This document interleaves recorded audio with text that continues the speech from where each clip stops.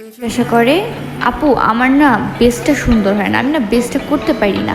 Hello everyone, আসসালামু আলাইকুম। আমি তাবাসসুমিতি। আজকে আপনাদের সঙ্গে আপনাদের সমস্যার সমাধান নিয়ে এসেছি। তো প্রথমে দেখছেন আমি অ্যালোভেরা জেল দেখাচ্ছি। এটা হলো আমার প্রাইমারে কাজ করছে। আমার কাছে যে প্রাইমার থাকতে হবে এমন কোনো কথা নাই। যে কোনো একটা ময়শ্চারাইজার দিয়ে আমি হলো অ্যালোভেরা জেলটা আমার প্রাইমার হিসেবে কাজ করাতে পারি। তারপর আমি দিয়েছি ফিটমি একটা ফাউন্ডেশন। হ্যাঁ, এটা কিন্তু ফুল কাভারেজ না, এটা ফুল কাভারেজ না, এটা আপনার জাস্ট আপনার স্কিন টোন থেকে লাইট একটু কালার। হ্যাঁ, সো এইটা আমার বিউটি ব্লেন্ডার দিয়ে আমি ড্যাপ ড্যাপ ড্যাপ ড্যাপ কিন্তু করছি। আমি ডিরেক্ট আমি হলো ওটাকে ঘুষছি না। হ্যাঁ, যেরকম আমরা ইরেজার দিয়ে ঘুষি তেমন কিন্তু আমি ঘুষছি না, এটাকে আমি ড্যাপ ড্যাপ ড্যাপ ড্যাপ ড্যাপ ড্যাপ করছি। আপনাদের কিন্তু সেম প্রসেসেই করতে হবে। যত ভালো ড্যাপ ড্যাপ ড্যাপ ড্যাপ করবেন তত ন্যাচারাল আপনার মনে হয়। আমি আমার প্রত্যেকটা ভিডিওতেই বেস করার সময় একই কথা বলি যে আপনাদের কিন্তু ড্যাপ ড্যাপ করতে হবে। প্রো কনসিলার দিয়ে আমি আমার আউটলাইনে কনসিল করে নিচ্ছি। ঠিক আছে, কনসিলার দেওয়ার সময়ও কিন্তু কিছু নিয়ম আছে। আপনার চোখে যেই সাইডগুলো আছে আমরা সেগুলোতেই শুধু লাগাবো। দেখেন আমি কিভাবে দিচ্ছি, আমি একটু ভিশেপ করে আমার কনসিলারটাকে লাগিয়েছি, শুধু যেগুলোতে আমার চোখটা ঢুকে গিয়েছে ওইটুকু জায়গায়, আদার্স কোনো জায়গায় আমি দিচ্ছি না। হ্যাঁ, আমার এগুলোকে আমার হাই পয়েন্টগুলোতে আমি শুধু আমার কনসিলার দিব।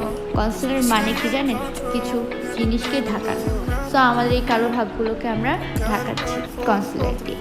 দেন আমার আসছে মেইন পার্ট, সেটা হলো কিভাবে করব। এই যে একটা ব্রাউন কালারের শেড নিয়ে আমি আমার চিপ থেকে সোজা করে টান দিয়ে নিচ্ছি দুই পাশে দুটা। এটা একটা আবরণ দিয়ে নিচ্ছি যেন আমি এটাকে সুন্দর করে ব্লেন্ড করতে পারি। আমার নোজের সাইডগুলোতে দেখবেন আমি একটু করে দিয়ে নিয়েছি, শুধু যেন আমার নোজের শেপটা সুন্দর বোঝা যায়। আমার যে মুখের যে একটা গোল আকার আছে সেগুলো যেন স্পষ্টভাবে বোঝা যায়, এই জন্যই আমরা হলো কন্ট্রোলিং করি, আমাদের যেন মুখের শেপগুলো সুন্দরভাবে বোঝা যায়।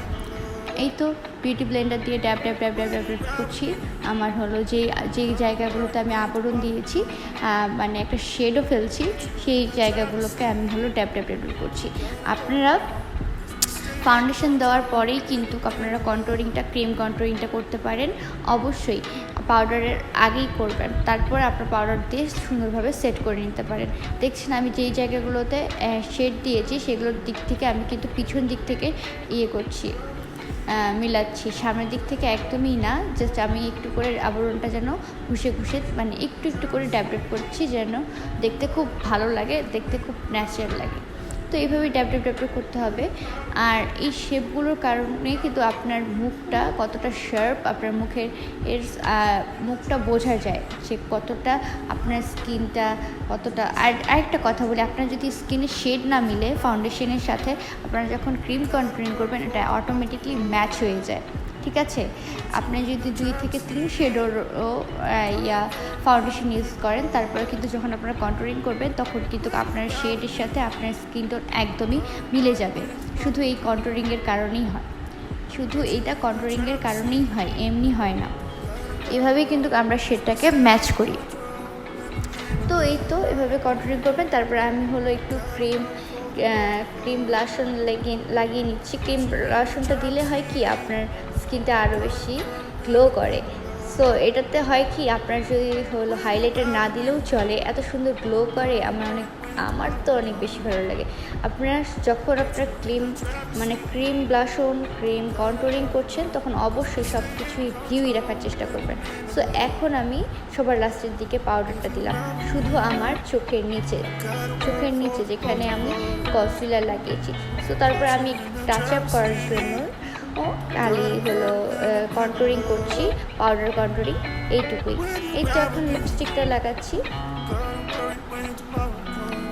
এই তো লিপস্টিক লাগানোর পর আমার ফাইনাল লুক আমাকে কেমন লাগছে অবশ্যই জানাবেন। আর হ্যাঁ, অবশ্যই আমাকে জানাবেন কেমন লাগছে।